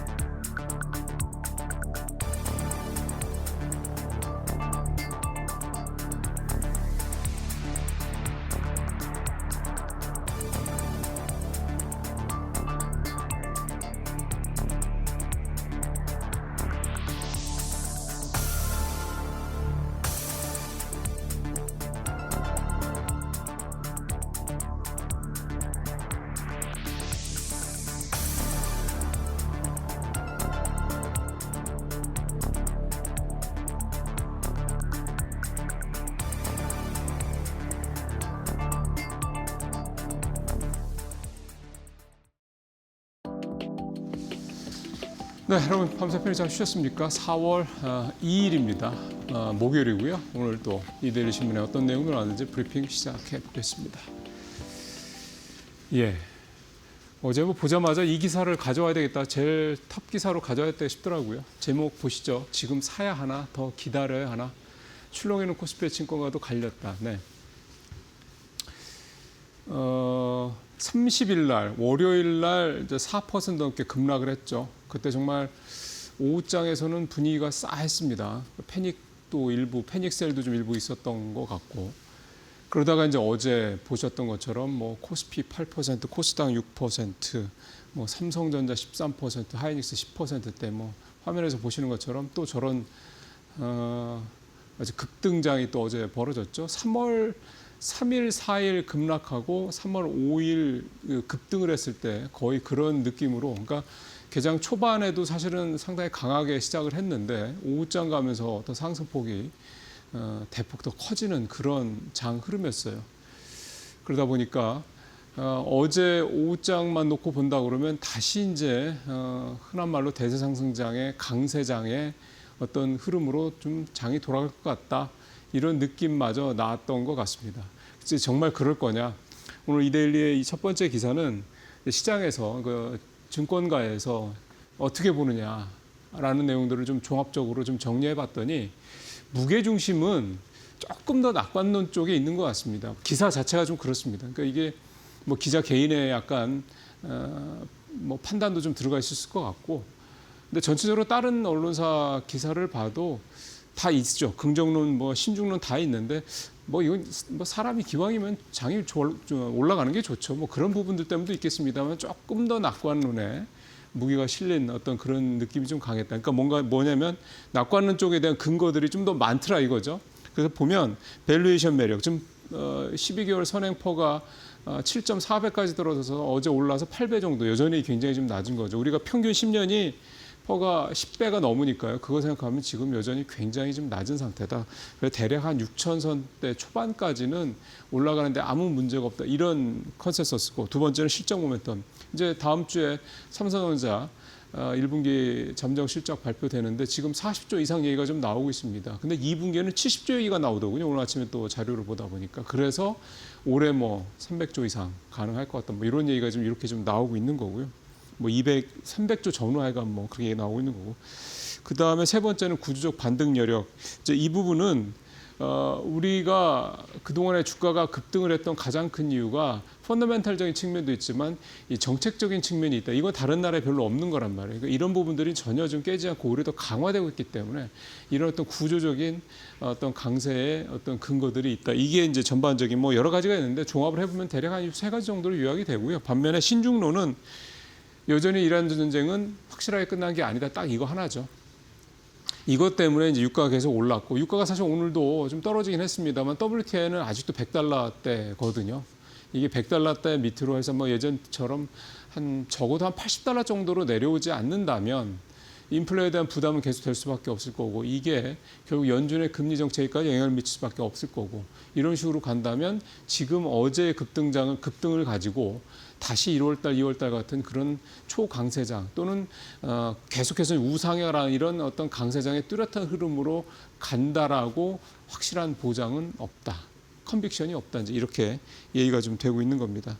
그래서 결국은 이렇게 된다 보면 뭐 지금 뭐 스태그플레이션, 경기 침체 이런 거에 대한 근거도 다 대부분 다 유가가 오르면 소비가 줄죠. 소비가 줄면 기업도 실적도 줄고 매출도 줄고 뭐 또 고용에도 문제가 생길 거고 그러면 경기 침체 나오는 거 아니겠습니까? 이제 그런 논리적인 어떤 그런 근거들이 좀 이 신중론에는 사실은 깔려 있는 건데 그거를 대놓고 끄집어내기에는 또 어떻게 될지 모르지 않습니까? 그러니까 이 모든 불확실성은 결국 이란 전쟁이 확실하게 종료가 되고 또 호르무즈 해협의 봉쇄와 같은 이런 이슈가 다시는 불거지지 않을, 적어도 최소한 뭐 일정 기간 이후 이 정도는요. 그게 되지 않는다면 이런 신중론도 계속해서 어쨌든 시장. 그러니까 이 얘기는 결국 뭐냐면 위로 그냥 쭉 뻗어 올라갈 거냐, 6,300 뚫고 뭐 7,000을 향해 달려갈 것이냐, 아니면 계속 6,000 선 정도로 해서 5,000선대 바닥쯤 우리가 다시 한번 확인했으니까 요 5,000에서 6,000 사이의 박스권을 또 당분간 가져갈 거냐, 이거에 일단 갈림길이라고 볼 수가 있겠습니다. 결국은 얼마나 유가가 빨리 내릴 것이냐, 이 부분이 현재로서는 이 긍정론과 그러니까 낙관론과 신중론의 이 가늠자를 어떻게 보면 볼 수 있는 가장 핵심 변수다 이렇게 볼 수가 있겠습니다. 예, 삼성전자, SK하이닉스 얘기를 좀 더 이제 이대리가 분석을 해놓은 기사입니다. 요거는 이대리가 자체적으로 좀 분석을 했더군요. 제 표를 좀 보실까요? 반도체 투톱의 시가총액 비중 추이입니다. 작년 10월에 27%였던 게 올해 2월 26일 이게 이제 고점대죠. 39.9% 40%까지 대략 한 27%가 40%가 된 거니까 한 60% 정도 늘었다 이렇게 좀 봐야 되는 거고 한 70% 정도 늘었다고 봐야 되는 거죠. 그러니까 얼마나 장이 많이 오른 겁니다. 근데 그 사이에 이 반도체 투톱의 시가총액도 이렇게 비중이 늘어났다는 얘기가 되는 거고요. 거꾸로 다시 이제 3월 31일 또 저점 이때를 기준으로 봤을 때는 37%까지 별로 안 줄었어요. 장이 거의 뭐 6,300에서 5,000까지 1,300포인트 그러니까 거의 한 얼마입니까? 한 20% 채 안 돼. 한 20% 정도 떨어지는 동안에 삼성전자, SK하이닉스의 이 비중은 2%포인트밖에 안 떨어졌어요. 이 얘기는 무슨 얘기입니까? 이게 지금 장이 3월 달에 변동성을 크게 겪었지만 삼성전자, SK하이닉스는 비교적 덜 떨어진 거고 그 나머지 종목들이 더 떨어졌다 이 얘기밖에 안 되는 거죠. 전체 시가총액이 줄어드는데 그중에서도 삼성전자, SK하이닉스도 줄었겠지만 그거에 비하면 여전히 이 두 종목의 비중이 크다는 얘기는 그만큼 이 두 종목에 대한 우리 시장의 의존도 비중이 더 커졌다.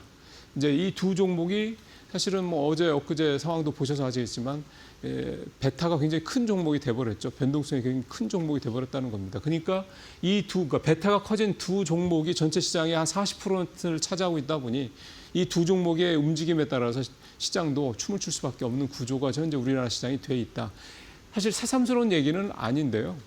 그러면 이제 우리도 뭐 S&P 500처럼 좀 한두 종목이 뭐 크게 출렁거린다 해서 전체적으로 지수도 같이 출렁거리는 이러지 않았으면 좋겠는데 좀 저베타로 갔으면 좋겠는데 이게 사실 이게 쉬운 일은 아니죠. S&P 500은 잘 아시는 것처럼 뭐 기라성 같은 글로벌 기업들이 500개가 합쳐져 있는 500개로 구성된 지수고 우리는 그렇지 않지 않습니까? 뭐 사실 삼성전자, SK하이닉스 이 두 종목만 시가총액이 전체 40%라 그러면 나머지 뭐 800개 이상의 종목들이 나머지 이제 60%를 차지한다는 수준이니까 이게 좀 더 현대차도 조금 더 시총이 좀 커지고 이렇게 해야 될 필요가 있습니다. 뭐 조방원전에 있는 대형주들도 좀 더 시총이 좀 커지고요.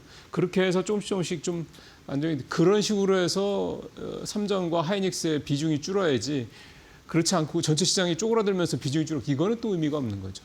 어쨌든 우리 시장이 이제 좀 더 좀 좋은 장으로 더 이렇게 덩치가 큰 장으로 점점점 이제 성장해 나가겠습니다. 그 과정에서 두 회사의 물론 비상도 중요하겠습니다만 다른 섹터에 우리 제조업이 아주 강하니까 다른 섹터의 이런 종목들도 좀 이렇게 좀 커지는 그런 과정이 같이 좀 나와야 되는 게 이런 구조적인 변화가 결국은 이런 특정 종목의 우리 시장의 변동성이 춤을 추는 이런 어떤 흐름을 최소화할 수 있는 뭐 사실 유일한 방법이라고 볼 수가 있겠습니다. 예, 환율 얘기를 좀 어제 좀 해야죠. 1,530원 넘었었죠. 진짜 약간 등골이 약간 싸해지는 느낌마저 들더군요. 1,530원은 정말 이건 외환위기 때 얘기니까요. 물론 이제 그 정도까지 우리 시장이 좀 뭐 충격이 크지는 않습니다만 그래도 원달러율이 1,500원을 넘어간다라는 거는 뭐 외국인 수급이나 등등등 여러 가지 측면에서 굉장히 부담스러운 측면입니다. 오늘은 다시 조금 올랐는데 어제 1,500원대 초반까지 정규장에서 하락을 하면서 마감이 됐죠. 이제 그다음에 국고채 금리도 3.4%대까지 좀 떨어졌습니다. 그러니까 한마디로 얘기하면 환율도 떨어지고 금리도 떨어졌다. 거꾸로 얘기하면 장이 불안할 때 환율도 급등을 했고 국채 금리도 급등을 해서 정말 여러 가지로 좀 우려감들이 컸는데 이 부분이 조금 안정을 좀 찾아가고 있다 이런 얘기가 좀 되겠고요. 그럼 왜 그러냐? 이렇게 환율이 갑자기 급락을 했느냐에 대한 이유로 자장 제시된 게 외국인 수급은 뭐 일단은 큰 얘기는 아닌 거고 WGBI 즉 세계 국채 지수의 편입이 좀 본격화되고 있다 이제 이 얘기입니다. 그래서 지금 시장에서는 일본계 자금이 유입이 2조, 3조 이렇게 좀 두르고 있다 이런 얘기를 좀 하고 있더군요. 그러니까 이 사실은 아시겠지만 자본시장은 심리인데 심리가 굉장히 큽니다. 지금 우리 주식시장도 마찬가지입니다. 채권시장도 그렇고요. 전체적으로 시장이 불안하고 한 국가의 어떤 여러 가지 어떤 펀더멘탈이 불안하다고 느낄 때 금리가 오르지 않습니까? 환율은 당연히 올라가는 거고 그 나라의 통화 가치는 떨어지는 거고. 근데 이렇게 명확하게 적어도 500억, 600억 달러 얘기가 좀 나오는 건데 더 들을 수도 있죠. 근데 어쨌든 이 글로벌 패시브 채권 자금이 국내 시장으로 유입되는 게 본격화되고 있다. 이게 들어오니까 심리적으로 이제 안정이 된다라는 겁니다. 그리고 원달러 환율도 결국은 달러가 이게 뭐 무슨 저 위안화나 무슨 루블화로 들어오는 게 아니지 않습니까? 엔화로 들어오는 게 아니라 달러로 들어오는 거기 때문에 이 자금들이 국내로 들어오게 되면 당연히 달러에 대한 공급량이 늘어나니까 원달러 환율도 많이 떨어질 수가 있다. 가장 좋은 시나리오는 1,400원대 뭐 한 중반까지 떨어지는 게 제일 좋겠죠. 그러려면 이것만 가지고는 안 될 겁니다. 그러니까 수급만 가지고는 안 되고 결국 심리를 더 좀 안정화시킬 수 있는 증시 안정, 그다음에 뭐 이란 사태의 뭐 안정, 유가의 하락 등등 이런 매크로 지표들이 같이 동반해서 안정이 되지 않는다면 환율이 1,500원대 이하로 좀 안정적으로 떨어지는 것은 아직은 좀 기대하기 좀 이를 것 같다. 이게 전반적인 시장의 좀 얘기인데요. 어쨌든 원달러 환율에 대해서 아주 큰 걱정, 뭐 정부가 뭐 또는 뭐 한국은행이 외환 보유액을 털어서 여기다 넣는다 뭐 이런 식의 어떤 우려는 이제 뭐 그렇게 하지도 않겠지만 그런 식으로 우려는 별로 하지 않아도 되지 않겠느냐. 신영성 한국은행 차기 총재 내정자가 단기적이다라고 얘기를 했던 이유도 아마 이런 것들을 감안하고 한 발언이 아니었나 시장에서는 좀 보고 있습니다. ETF 얘기도 좀 하나 오늘 올라왔더라고요. 원달러 환율이 1,500원 치솟자 환노출 ETF는 선방했는데 환해지형 낙폭이 확대됐다. 이제 이게 오늘 이제 어제 환율이 좀 많이 또 안정이 됐으니까 이 환 관련 ETF 상품에 또 좀 변화가 있긴 하겠죠. 보니까 대표적인 환 노출 상품이 코덱스 미국 S&P 500인데 최근 일주일 동안 마이너스 11%. 그 다음에 환 해지형 상품 코덱스 S&P 500 이게 이제 해지형 상품 같은 이름인데 하나는 노출이고 하나는 해지죠. 요거는 마이너스 5%였습니다. 그러니까 환율 상황, 환율 변동 상황에 그냥 내버려둔 그런 상품은 뭐 그냥 보합권이었고 약보합권이었고 그걸 막 그 해지를 하겠다고 이렇게 했던 상품은 마이너스 5%가 넘었다. 뭐 이렇게 얘기가 좀 된 거고요. 뭐 이 미래에셋의 이 환노출형 또는 환해지형 상품도 마찬가지.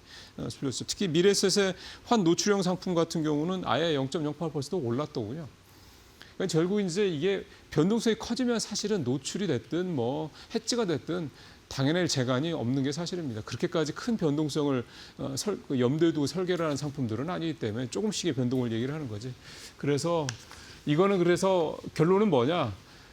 뭘 하나를 한쪽에 이제 이를테면 포트폴리오를 이제 몰빵을 했을 경우에는 어쨌든 리스크가 커진다. 그래서 만약에 이런 쪽에 환 노출형 ETF나 환 해지형 이런 환과 관련된 ETF를 생각하시는 분들은 포트폴리오를 배분하는 수밖에 없다. 결국 자산 배분의 중요성이 이번 사태, 이런 변동성이 큰 장세에서 얼마나 중요한지를 다시 한번 알 수 있다.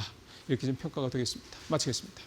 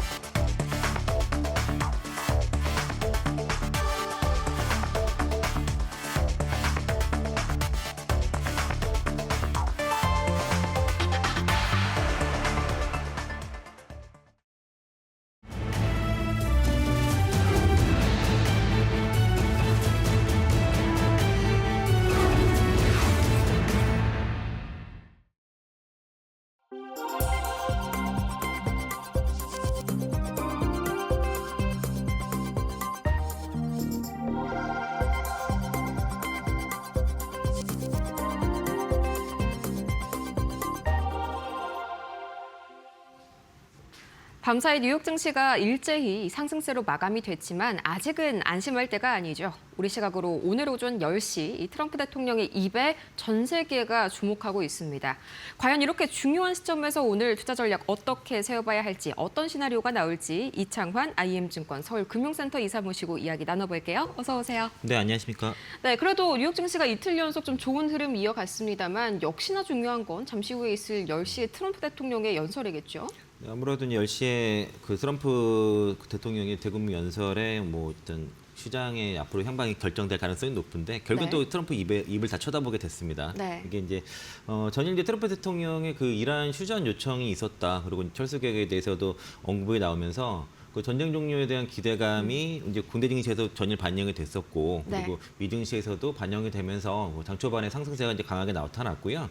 이란 측이 그 미국과 이란 협상이 되는 게 없다. 그런 이런 협상에 대한 난항 루머가 나왔고 그리고 미국은 그 A-10기가 이제 지상전에 이제 최적화된 그 전투기인데 이게 추가 배치가 소식이 나오면서 지상전 우려가 나오면서 좀 장 후반에 상승폭을 일부 좀 반납하는 흐름이 네. 나타났고요.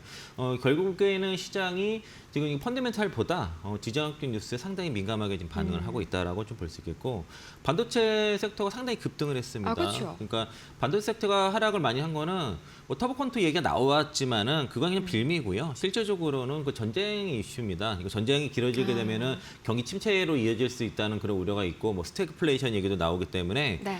그래서 이제 많이 눌렸던 것이고 그리고 전혀 이제 반대로 이제 정기 종료에 대한 기대감이 나오니까 특히 이제 그 동안에 많이 팔았던 헤지펀드에서 반도체 종목을 굉장히 많이 팔았었는데 그쵸. 어제는 또 많이 샀습니다. 그러면서 마이크론이라든가 웨스턴 디지털 이런 기업들이 장주 뭐 10% 이상 오르기도 하고 네.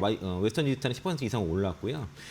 그 알파벳 같은 경우에는 그 소라 프로젝트 종료 이슈 때문에 반사이익 기대감 그리고 이제 테슬라 같은 경우에는 그 FSD 업데이트라든가 스펙스 X 그 상장 이벤트 이 기대감 때문에 좀 강한 상승이 나타났고 네.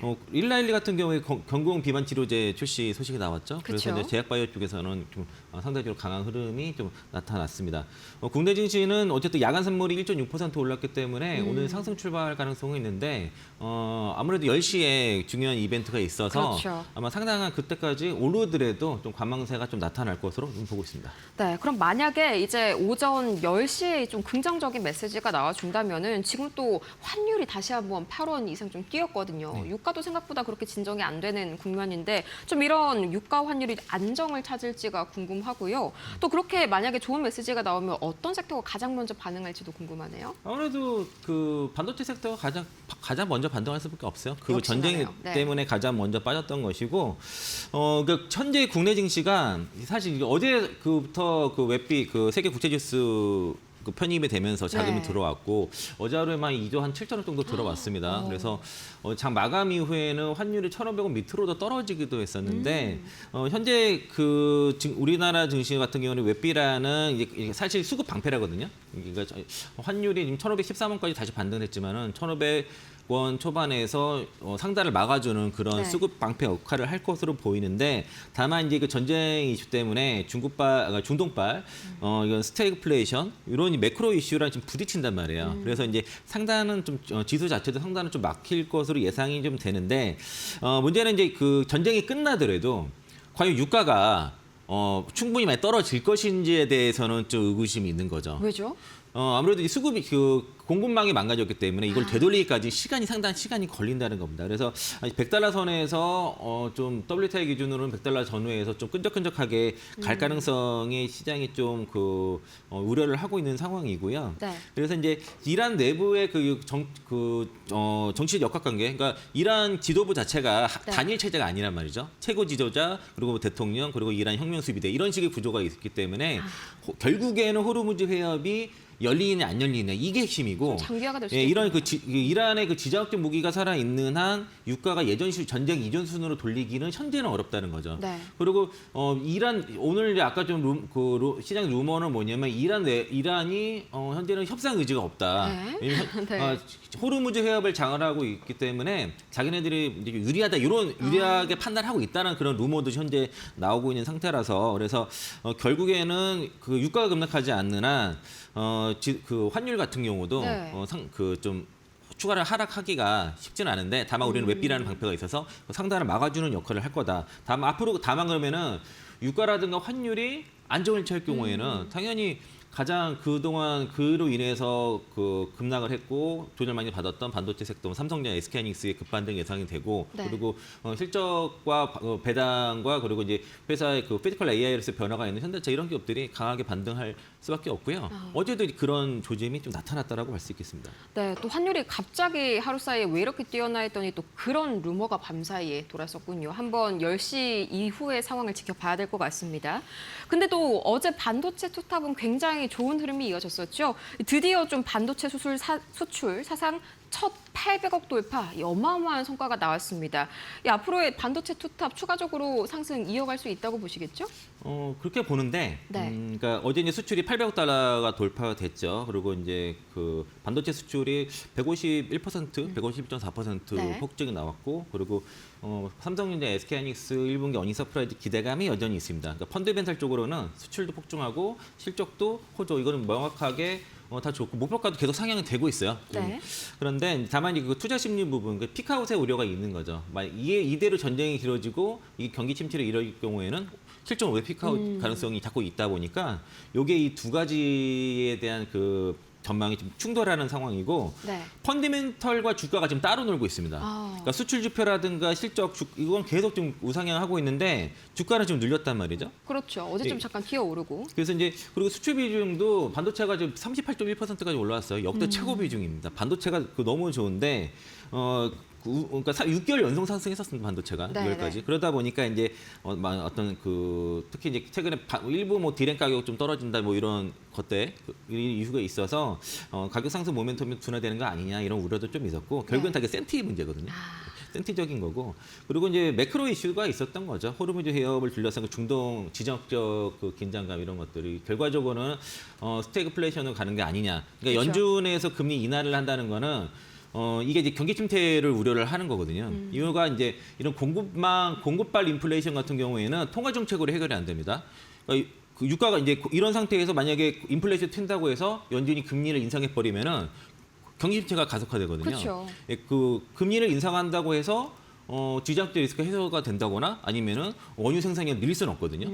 그러면 이제 연준 입장에서는 이제 인플레이션과 고용 두 가지를 다 잡아야 되는데 선택을 해야 되는 거죠. 그러면은 그 통화 정책으로는 인플레이션을 잡을 수 없으니까 고용 시장 안정을 위해서 금리를 인하, 그 보험성 금리 인하를 하게 되면은 네. 그 금리 인하가 유동성 증가에 대한 호재가 아니라 정기 침체를 우려한 금리 인하이기 때문에 이건 악재입니다. 악재죠. 예, 그러면은 실적이 아무리 좋아도 이 밸류에이션 상향이 상향이 안 되기 때문에 주가가 못 가요. 그러니까 실적이 좋은 기업들은 좀 박스권을 그리고 조금이라도 훼손이 나는 기업들은 밸류에이션 하향으로 인해서 급락이 나오기 때문에 이런 장세를 좀 조심해야 되는데 다만 이제 그 JP모건에서 어제 이제 그 반도체 섹터에 대한 리포트가 나왔고요. 네. 제목이 이제 노이즈를 넘어 구조적 장기 호황에 주목하라고 그렇게 얘기를 했습니다. 그러니까 그 JP모건뿐만 아니라 이제 해외 IB 그 어떤 메이저 기관들도 여전히 반도체는 강력 매수 시그널을 보이고 있고요. 네. 그 근거는 AI발 구조적 공급 부족이 2028년까지 지속된다라고 그걸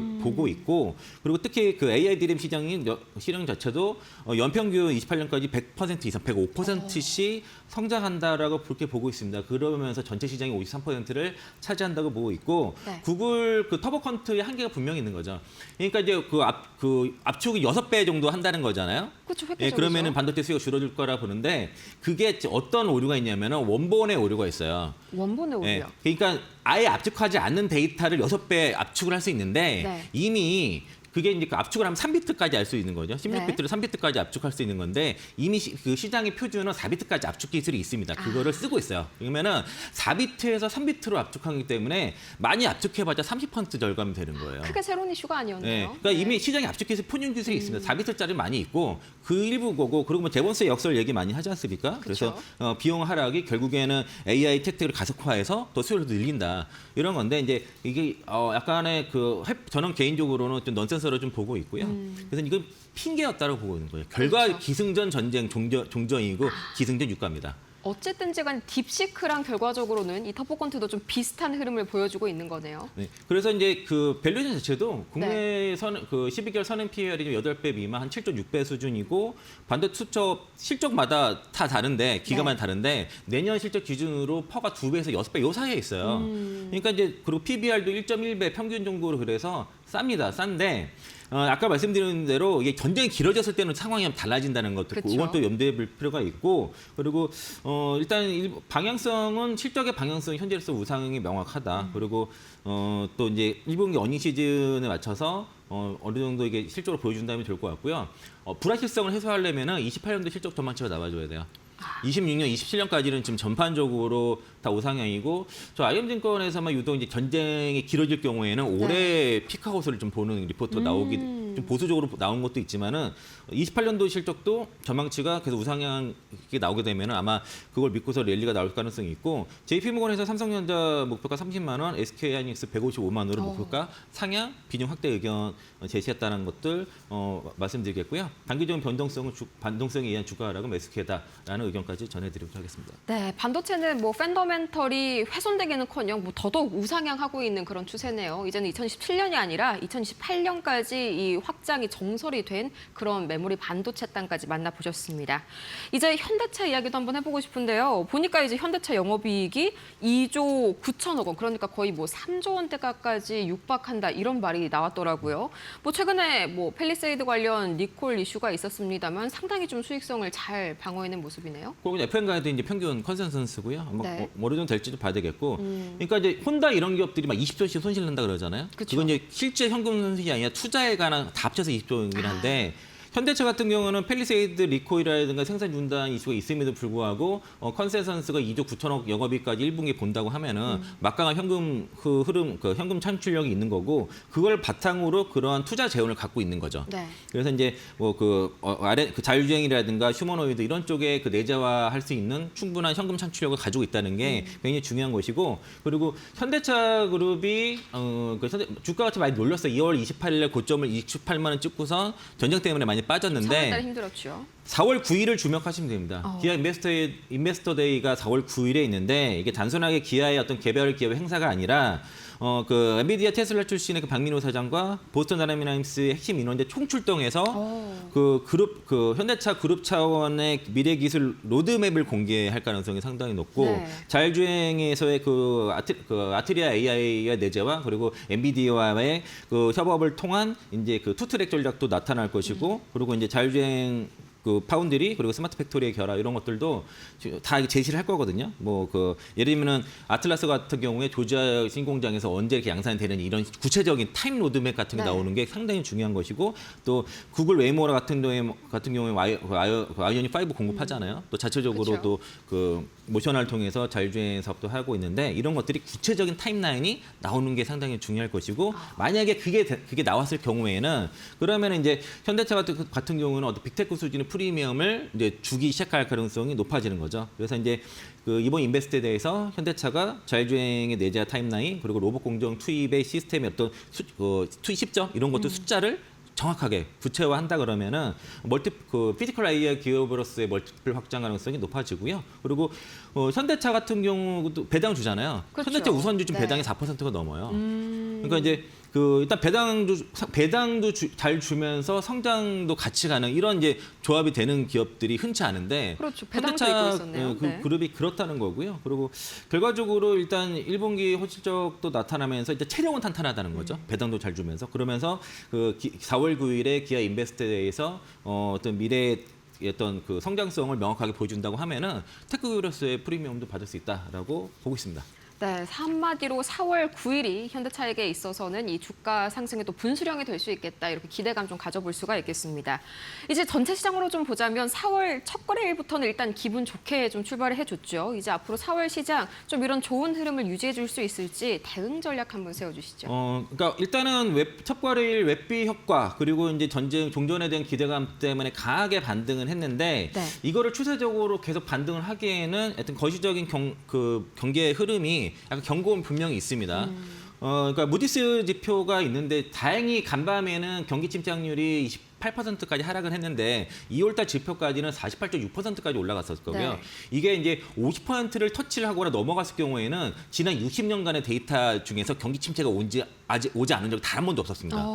이게 무결점 그 데이터라서 네. 그래서 이게 다행히 터치 안 했어요. 아직 터치 안 하고 다행히 그 지금 28%까지 다행히 떨어졌기 때문에 경기 침체에 대한 리스크는 좀 줄어들었는데 그동안 시장이 처음에는 전쟁으로 인해서 네. 인플레이션 우려가 프라이싱 됐다 그러면은 최근 흐름은 스태그플레이션, 경기 침체가 프라이싱 됐던 겁니다. 그래서 요건 좀 상황이 달라요. 그래서 약간의 이제 올라가더라도 여기서 추세적으로 간다에 막 베팅해서 가는 것보다도 약간 네. 보수적인 대응은 필요할 것이고 그래서 지금은 나쁘면 나쁘고 좋으면 좋은 이게 다 안 좋은 뉴스는 안 좋은 뉴스인 거예요. 네. 지금은 이제는. 그래서 이제 연준의 금리 인하가 현재는 호재는 아닙니다. 그래서 이제 가장 중요한 건 종종이 빨리 돼서 인플레이션이 떨어져서 인플레이션 떨어진 거로 인한 금리 인하가 돼야 되는데 네. 인플레이션은 올라가는데 고용 시장을 방어하기엔 금리 인하 이거는 악재예요. 예방주사 이거를 좀 성격이죠, 조심해야 될 것 그러면. 같고 그래서 4월 달은 일단은 핵심 핵심 뭐 삼성전자, 하이닉스, 현대차라든가 이런 이제 이런 그 어떤 체력이 네. 튼튼하고 시장이 방어되는 기업들 위주로 좀 압축할 필요가 있고요. 어려운도 올라갔을 때는 좀 현금을 좀 조금씩은 그러니까 나빠서 파는 게 아니라 네. 어떤 그 매크로 이슈를 대비하기 위해서 현금 비중을 조금씩 올려가는 전략이 좀 필요할 거다. 그러니까 종목을 다 와장창파는 이게 아니고 네. 어떤 초우량 방어주 위주로 좀 실적 기반의 위주로 좀 실적주 위주로 압축을 하고 그리고 많이 떨어졌다고 사는 건 아닌 것 같아요. 하여튼 네. 종목 압축하고 현금 좀 늘리자. 4월달 전략은 그게 필요할 것 같다라고 보고 있습니다. 그럼 좀 종목은 어느 쪽으로 압축을 해보는 게 좋을까요? 저는 뭐 계속 말씀드렸던 종목들이 뭐 삼성전자, 하이닉스, 현대차 뭐 이런 기업들 말씀드렸던 거고 네. 그리고 뭐 최근에 삼성전자 뭐 이슈가 있었지만은 제가 말씀드린 것보다 주가 뭐 지금도 4배, 5배 오른 상태예요. 뭐 그런 기업들은 뭐 가져가셔도 될 거라고 보고 있습니다. 네, 삼성전자 그리고 SK하이닉스, 현대차까지 한번 종목 압축을 해보심이 좋겠다 싶었습니다. 그런데 뭐 역시나 이제 금리 인하 관련 힌트가 나온다고 한들 이 오늘 오전 10시죠. 이 트럼프 대통령의 입에서 뭔가 종전에 대한 이슈가 없다면 계속적으로 그런 이슈들은 좀 하방 압력으로 가해지지 않을까 그런 걱정이 있다. 이렇게 정리를 좀 해볼 수가 있겠습니다.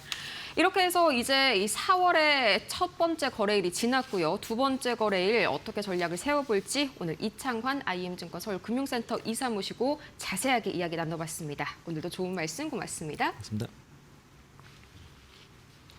네, 지금 시장은요. 트럼프 대통령의 입에 주목하고 있습니다. 오늘 오전 10시 저희 마켓나우 2부에서 트럼프 대통령의 이란 전쟁 연설이 라이브로 생중계가 될 예정이니까요. 이 앞으로 증시 향방을 가를 트럼프 대통령의 메시지 저희 이데일리 TV와 함께 만나보시기 바랍니다. 저희는 그럼 다음 이 시간에 더 유익한 소식 들고 찾아올게요. 오늘도 함께해 주신 여러분 고맙습니다.